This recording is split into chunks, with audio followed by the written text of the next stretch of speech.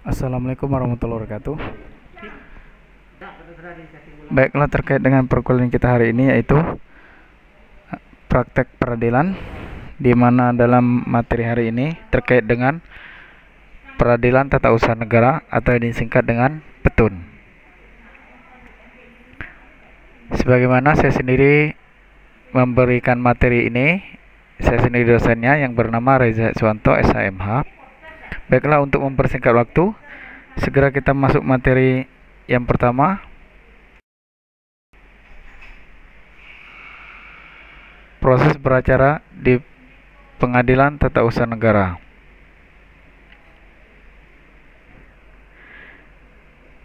Pengadilan Tata Usaha Negara merupakan salah satu pengadilan yang berada di bawah Mahkamah Agung yang berfungsi memutuskan dan mengadili terkait dengan urusan tata usaha negara. Tata usaha negara merupakan salah satu bagian terpenting dari penyelenggaraan pemerintahan itu sendiri. Baiklah, untuk masuk tahap pertama yaitu tahap pengajuan gugatan. Dalam tahap pengajuan gugatan ini, gugatan tata usaha negara dilakukan oleh penggugat dengan cara atau dalam bentuk tertulis dan berisikan tentang tuntutan agar keputusan tata usaha negara yang disengketakan oleh pihak yang merasa dirugikan dinyatakan batal atau tidak sah. Kemudian terkait dengan alasan mengajukan gugatan ke Pengadilan Tata Usaha Negara tersebut, karena keputusan tata usaha negara yang digugat harus bertentangan dengan peraturan perundang-undangan yang berlaku dan bertentangan dengan azas-azas pemerintahan yang baik. Baiklah, itu tadi terkait dengan tahap pengajuan gugatan. Jadi dalam mengajukan gugatan itu harus ada alasan kenapa si penggugat mengajukan gugatan ke Pengadilan Tata Usaha Negara. Kemudian step yang kedua yaitu tahap dismissal proses atau pemeriksaan administrasi. Pada tahap pemeriksaan administrasi ini, setiap gugatan yang masuk ke Pengadilan Tata Usaha Negara terlebih dahulu harus melewati tahap administrasi yang dilakukan oleh kepaniteraan di Pengadilan Tata Usaha Negara. Pemeriksaan ini berkaitan dengan registrasi perkara, kemudian biaya perkara, dan syarat gugatan. Sedangkan untuk isi material gugatan tidak termasuk di dalam pemeriksaan administrasi ini. Baiklah, itu tadi terkait dengan tahap yang kedua di dalam proses beracara di Pengadilan Tata Usaha Negara. Kemudian yang ketiga yaitu pemeriksaan persiapan. Tahap pemeriksaan persiapan dilakukan oleh hakim sebelum memeriksa pokok perkara yang diajukan ke Pengadilan Tata Usaha Negara. Pemeriksaan persiapan ini tidak dilakukan di dalam persidangan. Tujuan dari pemeriksaan persiapan ini untuk meletakkan sengketa ke dalam peta, baik mengenai objek yang disengketakan serta fakta-fakta maupun mengenai problem atau permasalahan hukum yang harus dijawab di dalam persidangan nanti. Baiklah, itu tadi terkait dengan tahap yang ketiga. Selanjutnya tahap persidangan. Setelah tahap pemeriksaan persiapan yang dilakukan oleh majelis hakim dianggap telah sempurna, maka hakim menentukan hari sidangnya. Dalam menentukan hari sidang, hakim harus memperhatikan terkait dengan jarak antara tempat tinggal para pihak dengan pengadilan tata usaha negara. Kemudian jarak waktu dari pemanggilan dan hari sidang tidak boleh lebih dari 6 hari, kecuali dalam hal sengketa tersebut dipaksakan dengan cara cepat. Di dalam proses persidangan ini, apabila si penggugat telah dilakukan pemanggilan selama 3 kali namun tidak datang secara berturut-turut, maka gugatan dinyatakan gugur dan penggugat harus membayar biaya perkara.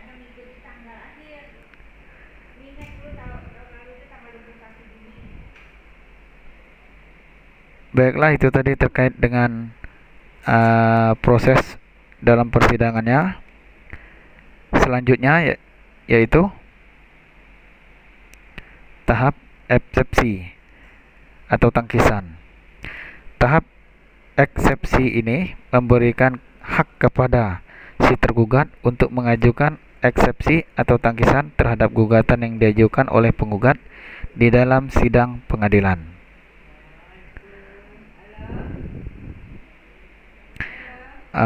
Secara umum, eksepsi ini terbagi menjadi dua, yaitu eksepsi formil dan material. Untuk eksepsi formil berkaitan dengan syarat-syarat formil atau formal dalam suatu pengadilan, seperti pengadilan tidak berwenang untuk mengadili sengketa tersebut. Sedangkan eksepsi material berkaitan tentang syarat-syarat material di suatu gugatan, seperti pokok perkara di dalam gugatan tersebut.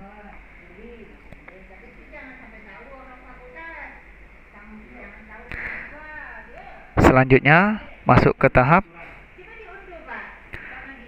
intervensi. Dalam tahap intervensi ini memberikan kesempatan kepada pihak ketiga untuk mengajukan sangkalan terkait dengan perkara yang sedang diproses dalam persidangan.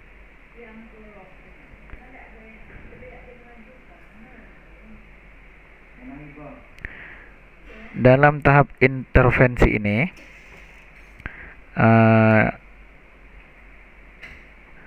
pihak ketiga di dalam pemeriksaan sidang pengadilan tata usaha negara hanya bertujuan untuk membela haknya sebagai pihak ketiga di dalam gugatan yang diajukan ke pengadilan tata usaha negara. Jadi dalam hal ini pihak ketiga tidak memihak kepada tergugat maupun penggugat. Kemudian untuk selanjutnya, tahap replik duplik atau jawab menjawab. Setiap proses persidangan di tahap pengadilan tata usaha negara terkait dengan sengketa yang diajukan di pengadilan tata usaha negara tersebut harus melalui proses jawab menjawab gugatan di pengadilan.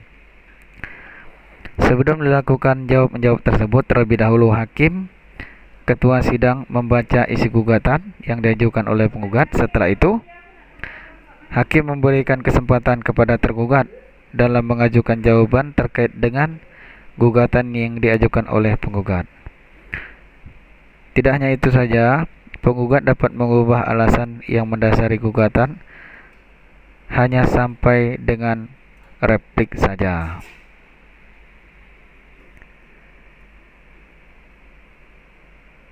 Baiklah, itu tadi terkait dengan tahapan replik dan duplik. Selanjutnya,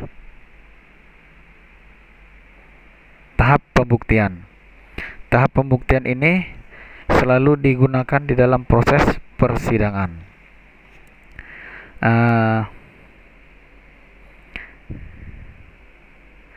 Di dalam pembuktian pada pengadilan tata usaha negara ini menganut ajaran pembuktian bebas. Ajaran pembuktian bebas adalah hakim di dalam proses sidang pengadilan tata usaha negara diberikan kewenangan yang bebas, sehingga hakim tersebut harus berperan aktif guna untuk memperoleh kebenaran material dari sengketa yang diajukan ke pengadilan tersebut.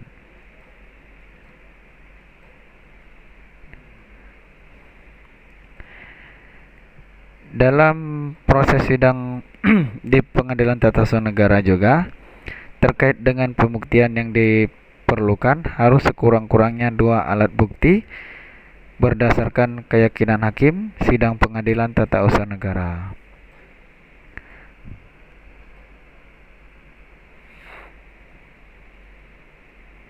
Alat-alat bukti yang akan dibuktikan di dalam pengadilan tata usaha negara sebagaimana telah diatur dalam pasal 10 Undang-Undang Nomor 5 Tahun 1986 tentang Peradilan Tata Usaha Negara, yaitu yang pertama surat atau tulisan, yang kedua keterangan ahli, yang ketiga keterangan saksi, yang keempat pengakuan para pihak, baik itu pihak penggugat maupun tergugat, yang kelima barulah terakhir pengetahuan hakim dalam menganalisa kasus tersebut.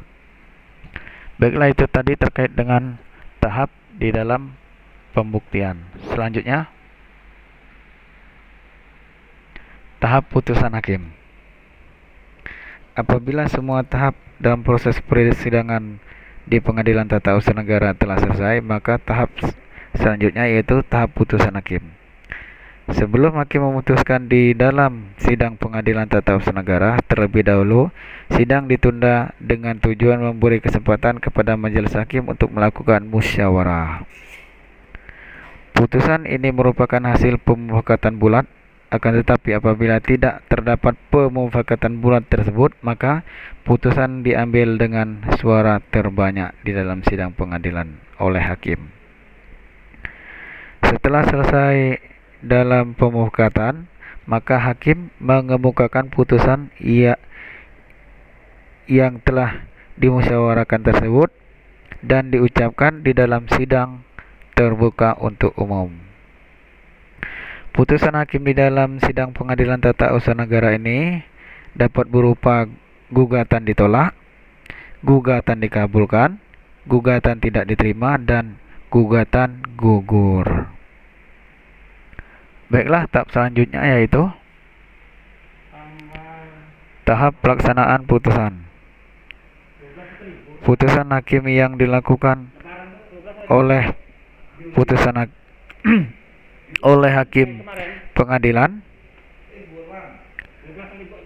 maka